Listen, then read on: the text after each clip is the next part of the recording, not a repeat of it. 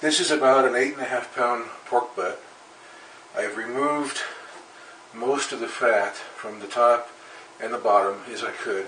You're not going to get all the fat cut off. It's just impossible.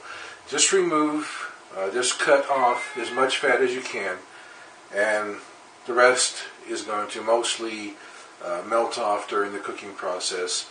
The remainder should be able to easily remove it, whatever amount doesn't melt off. And my cat Mallory is wanting to help me again. You can hear her yelling a little bit there. The oven is preheated to 300 degrees, and I'm going to season it with some Simply Marvelous seasonal and some spicy apple rub. If you don't have these, you can always get some. Until you do, just go ahead and go with whatever you have on hand for seasonings. Use some salt and pepper, some garlic powder, granulated garlic, whatever you happen to have that you like. Go ahead and season it up, and season it pretty heavily. This is a large piece of meat. Season it up pretty heavily, and go with what you have for now. You can always get something new later on. But for now, I'm just going to give it a really generous coating. What I'm doing here is I put the pork butt into an aluminum pan for ease of cleanup, and I put the aluminum pan into a heavy, rigid pan to make sure that I don't just twist it or drop it when I'm putting it in the oven or removing it from the oven, because there's going to be some liquid build up in here one time we take it out, and it can twist on you if you're not super careful. This way it's solid. You're not going to accidentally twist it and drop it. Plus, it's going to be easy cleanup to go with the aluminum pan inside the regular pan. There's a bone in here somewhere. There it is. It's right down in here in the center, kind of in this area here.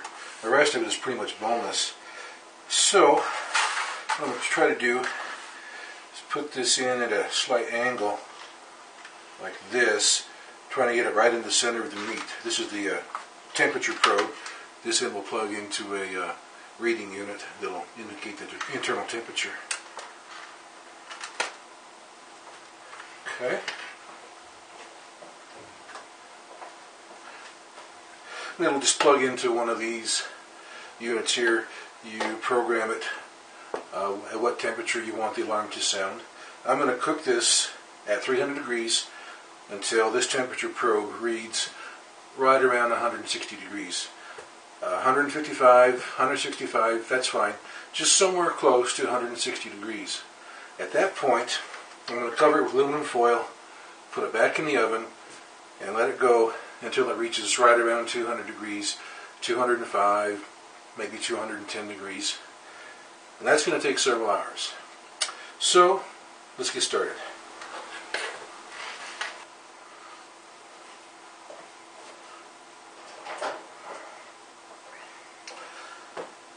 It's coming along just fine. Like I said, it's 160 degrees, judging by the internal temperature probe here. It's been about 3 hours roughly to get to this point. And what I'm going to do now is I need to cover it up and let it finish cooking till it reaches 200 degrees internal temperature. But I'm also going to add, this is just some apple cider vinegar. Just going to add a generous splash.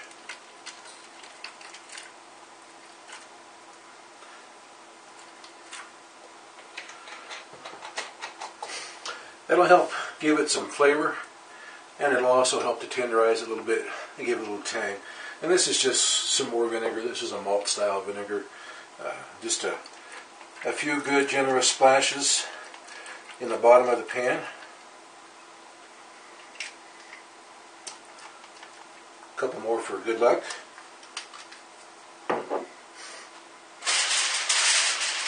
Leave the probe in, don't pick it up.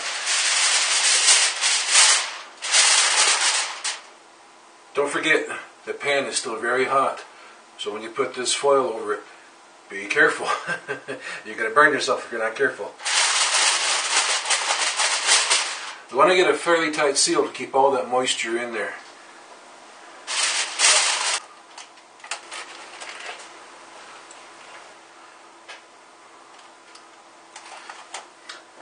Okay, I just brought it out of the oven. It was at 199 degrees. And you should be able to see quite a bit of juice in there. Most of that came out of the meat.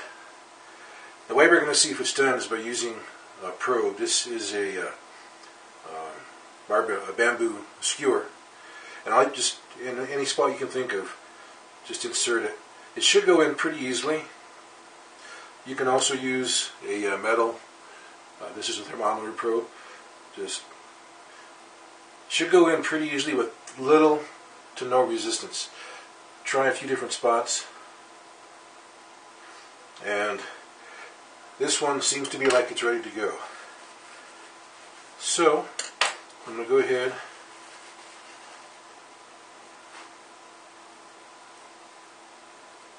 take out this temperature probe. And we need to let it rest now for at least an hour and a half to 2 hours. So I'm going to cover it back over.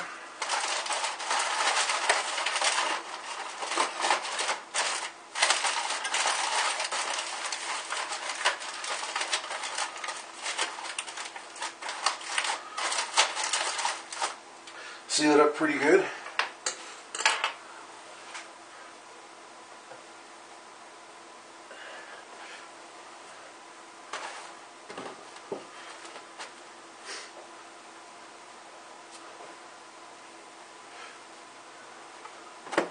This is just a couple of old towels. I'm just putting it over it to help hold the heat in for a while. Keep it as warm as possible while it cools down slowly. And we'll come back in about an hour and a half to maybe 2 hours. And it should be ready. I'm going to pull a little piece off for my cat. She's having a little fit here. See if she'll eat it.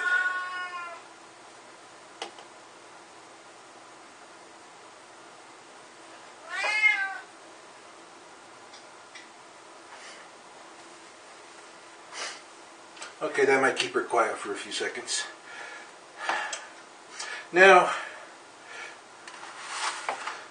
you can see there's a bone right here, bone right here, and I'm going to see if I can get them out without making too much of a mess.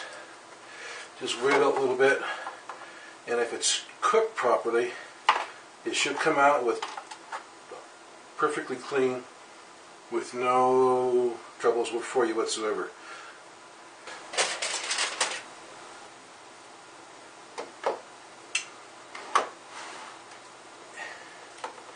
Just give it a, pick a piece, give it a twist.